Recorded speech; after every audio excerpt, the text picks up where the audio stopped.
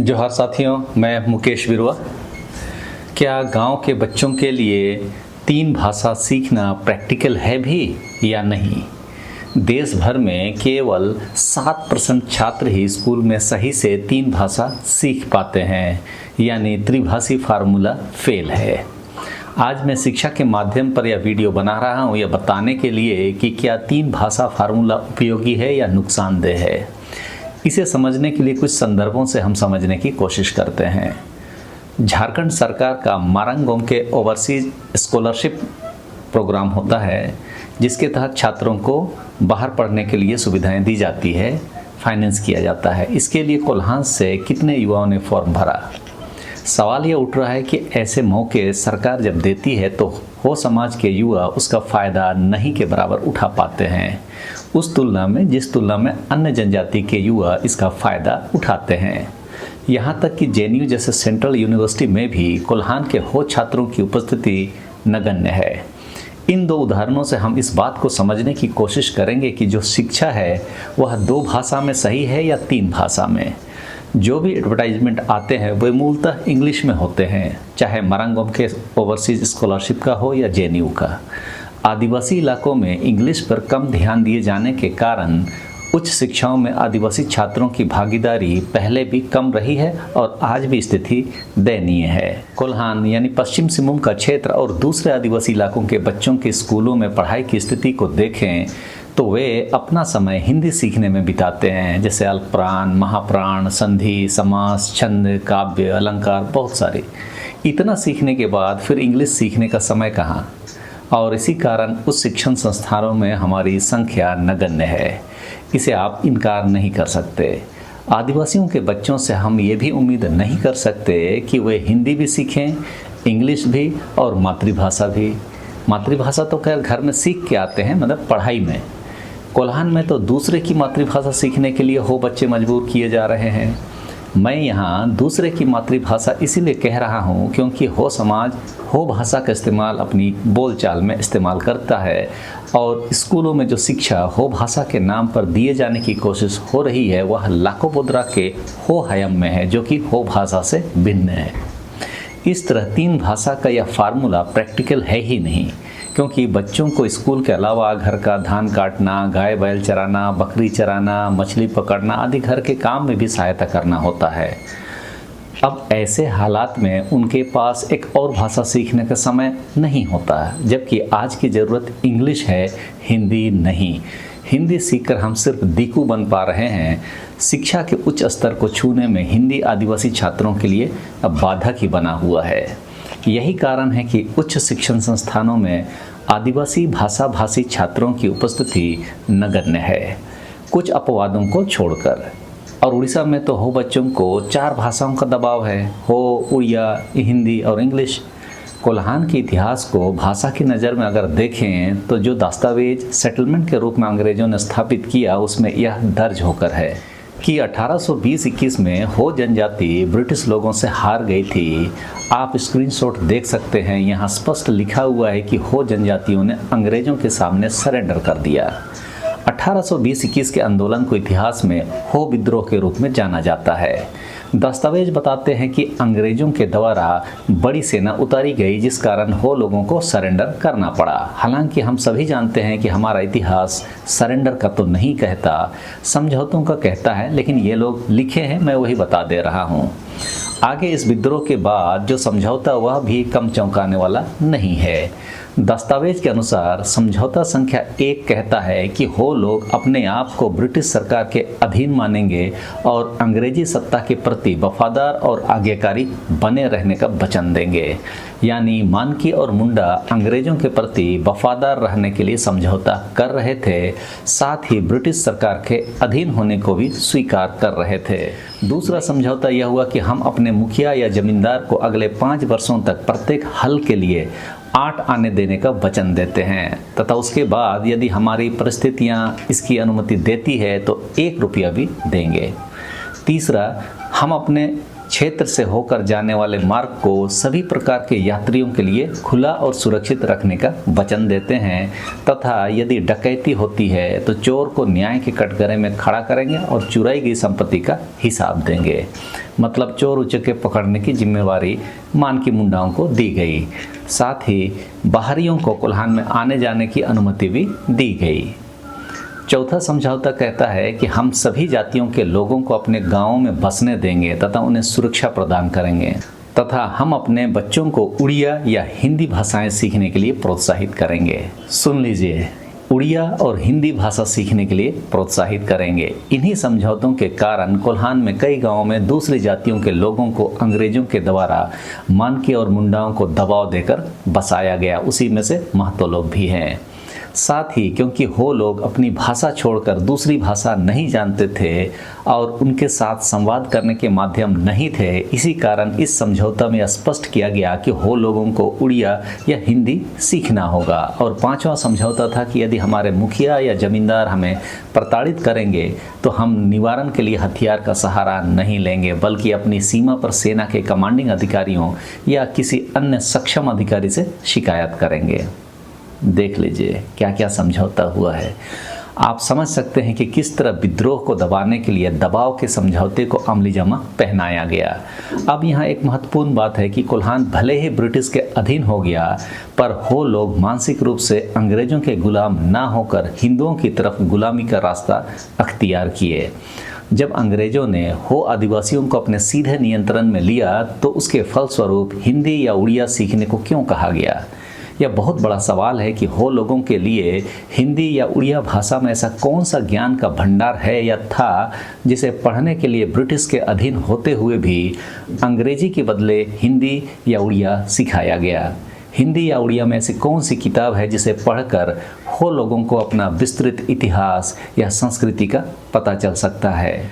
इस पर हो समाज को जरूर मंथन करना चाहिए। हालिया दिन तक लिखे किताब हो या शोध हो, उसकी यदि हम बात करें तो पॉल स्ट्रूमर की किताब इंग्लिश में है, सीपी सिंह की किताब दी हो ट्राइब ऑफ सिंहभूम वो भी इंग्लिश में है, माइकल यॉर्क का थीसिस भी इंग्लिश में है, कोल्हान का पुराना इतिहास सब इंग्लिश में है, टिकल के पत्र, रफसीज के पत्र, बंगाल गजेटियर आदि सभी इंग्लिश में है।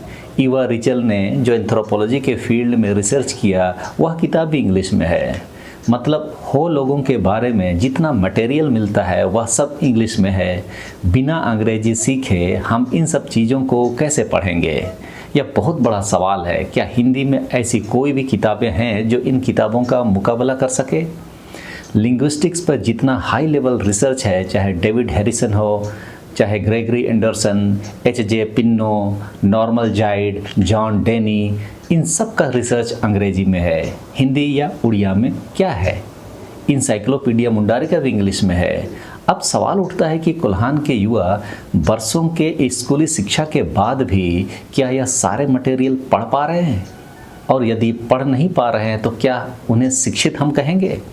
वह तो मैं भी महसूस कर लेता हूँ कि जब मैं कोई वीडियो उन दस्तावेजों को आधार बनाकर बनाता हूँ तो हो लोगों की प्रतिक्रियाएं स्पष्ट करती है कि हमारा शिक्षा का स्तर क्या है। अब इस सवाल का भी हमें जवाब खोजना चाहिए कि हिंदी या उड़िया सीख कर ये बच्चे क्या पढ़ेंगे। आपके पास तो कोई रिसर्च ही नहीं है, ऐसा साहित्य नहीं है, तो क्या पढ़ेंगे? यदि स्कूली शिक्षा के बाद भी कोल्हान के युवा ये मटेरियल नहीं पढ़ पा रहे हैं तो समझ जाइए स्कूली शिक्षा का मतलब एम्पावरमेंट नहीं कुछ और ही है। 1820-21 के बाद आखिर हो लोगों को अंग्रेजी सीखने को क्यों नहीं कहा गया? क्या अंग्रेजी इतनी कठिन भाषा है जो हो जैसे बैकवर्ड लोगों के बस की बात नहीं है? इन बातों को समझने के लिए एक संदर्भ आपको मैं बताता हूँ। हाल ही में साउथ यूनिवर्सिटी ऑफ लंदन में एक कार्यक्रम हुआ था जिसमें छत्तीसगढ़ की आदिवासी एक्टिविस्ट सोनी सोरी शामिल हुई और उन्होंने अपना भाषण हिंदी में दिया। भाषण में अपने साथ हुए विभिन्न सेक्सुअल हैरासमेंट का दर्द उन्होंने बयान किया। उन्होंने कहा कि उनके अंगों में पुलिस वालों ने पत्थर डाल दिया था, पर इंटरनेशनल ऑडियंस के लिए जब उसका भाषण ट्रांसलेट हुआ तो ये सारी चीज़ें गायब हो गई। ट्रांसलेटर के कारण जिस भी कारण से हो उसे गायब कर दिया गया। पर अंत में मैटर तो यही है कि इंग्लिश नहीं जानने के कारण सोनी सोरी इंटरनेशनल प्लेटफॉर्म पर अपनी बात डायरेक्टली नहीं रख पाई। ऐसी कौन सी ताकत है जिसने इनको इंग्लिश से वंचित रखा? हमें यह भी सोचने की ज़रूरत है कि ऐसा कौन सा वर्ग है जिसको इंग्लिश एजुकेशन से बड़ी दिक्कत है। जब आंध्र प्रदेश के जगमोहन रेड्डी ने सरकारी स्कूलों को इंग्लिश मीडियम किया तो उस समय राइट विंग वालों ने तुरंत इसका विरोध किया था। यहाँ तक कि तत्कालीन उपराष्ट्रपति वेंकैया नायडू ने भी तुरंत चिंता जताया उन्हें क्या परेशानी है इंग्लिश मीडियम से। इस घटना का एनालिसिस करते हुए तेलंगाना के बैकवर्ड कास्ट के इंटेलेक्चुअल कंचा इलैया ने एनालिसिस किया कि यदि दलित और आदिवासी समाज के केवल 10% लोगों को भी प्रॉपर इंग्लिश एजुकेशन मिल जाए तो वह उनके उत्थान में बहुत सहयोगी होगा। सभी क्षेत्रीय भाषाओं के एलीट तो अपने बच्चों को इंग्लिश मीडियम स्कूल भेजते हैं। उन्होंने जोर देकर कहा कि English is the new Sanskrit. पुराने ज़माने में वंचित वर्गों को संस्कृत से वंचित किया गया और अब इंग्लिश से वंचित किया जा रहा है। इस वीडियो में जो कंटेंट मैं आपको बता रहा हूँ इसे गंभीरता से चिंतन करना जरूरी है, चाहे भूतकाल में हो या भविष्यकाल में। हमेशा इंग्लिश हमारे लिए अछूत क्यों है, या ऐसा माहौल क्यों दिया जा रहा है कि हम कम से कम इंग्लिश में पारंगत हो। और जब उच्च शिक्षा की बात आती है तो बिना इंग्लिश के डॉक्यूमेंट के हमारी शिक्षा पूरी ही नहीं हो सकती। और हमें यह भी समझना होगा कि आखिर क्यों आरएसएस वाले इंग्लिश को ऑप्शनल करना चाहते हैं। और झारखंड में तो इंग्लिश ऑप्शनल है ही, जैक बोर्ड से मैट्रिक पास करने तक इंग्लिश ऑप्शनल ही है, जबकि हिंदी मूल विषयों में है। 10th और 12th में हिंदी मीडियम से पास आउट लड़के जब आगे की पढ़ाई में अंग्रेजी माध्यम होता है तब अक्सर सभी विषय के कंटेंट को समझने में नाकाम ही रहते हैं। इस कारण से अधिकतर लोग फेल हो जाते हैं। तब हमें यह भी समझना ज़रूरी है कि जो स्टूडेंट हैं स्कूलों में इतना दिनों तक हिंदी या उड़िया सीख रहे थे उसका क्या फ़ायदा हुआ। हिंदी भाषाओं के अधिकतर मीडिया जो हैं उनमें प्रोपोगेंडा के अलावा है ही क्या, जिसे आज गोदी मीडिया हम कहते हैं।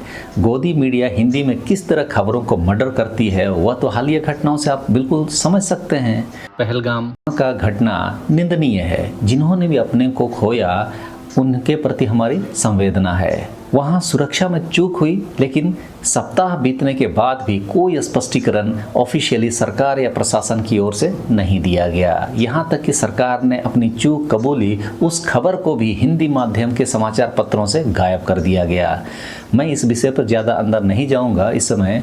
मेरा कहने का मतलब है कि इतना दिनों तक हिंदी या उड़िया सीखकर हमें क्या सूचना मिल रही है। हमें आज यह समझने की ज़रूरत है कि कुछ तो ऐसी ताकतें हैं जिन्होंने हमें इंग्लिश एजुकेशन से वंचित करने का काम किया है। इसके जरिए सोर्स ऑफ नॉलेज पर कंट्रोल किया गया है। अब सिचुएशन ऐसा है कि हमें बहुत सारी जानकारियों के लिए हिंदी या उड़िया अनुवाद पर निर्भर रहना पड़ता है। ओरिजिनल मटेरियल तो हम पढ़ नहीं पाते क्योंकि वो अंग्रेजी में है। इसे ही सोर्स ऑफ नॉलेज पर कंट्रोल बोलते हैं। यह बात भी सही है कि हमने भी कभी अपने प्रतिनिधियों से इंग्लिश एजुकेशन की मांग नहीं की और न ही सामाजिक तौर पर उस पर ध्यान दिया जाता रहा है। इंग्लिश को अक्सर लोग ईसाई धर्म से जोड़ते हैं, पर सच्चाई तो यह है कि झारखंड में भी चर्च की भाषा हिंदी ही है, ना कि इंग्लिश। जबकि ईसाईयत के खिलाफ जितने एक्सटेंसिव थियोलॉजिकल आर्गूमेंट्स हैं, जितने साइंटिफिक काउंटर आर्गूमेंट्स हैं, सब तो इंग्लिश में ही हैं। ईसाईयत के विरुद्ध डिबेट करने वाले प्रसिद्ध रिचर्ड डॉकिंस और क्रिस्टोफर हिचेंस जैसे लोग क्या हिंदी में कोई हैं? ईसाईयत का सबसे बड़ा विरोध भी इंग्लिश में ही हुआ है। इसका मतलब इंग्लिश और ईसाईयत का कनेक्शन स्थापित नहीं हो रहा है।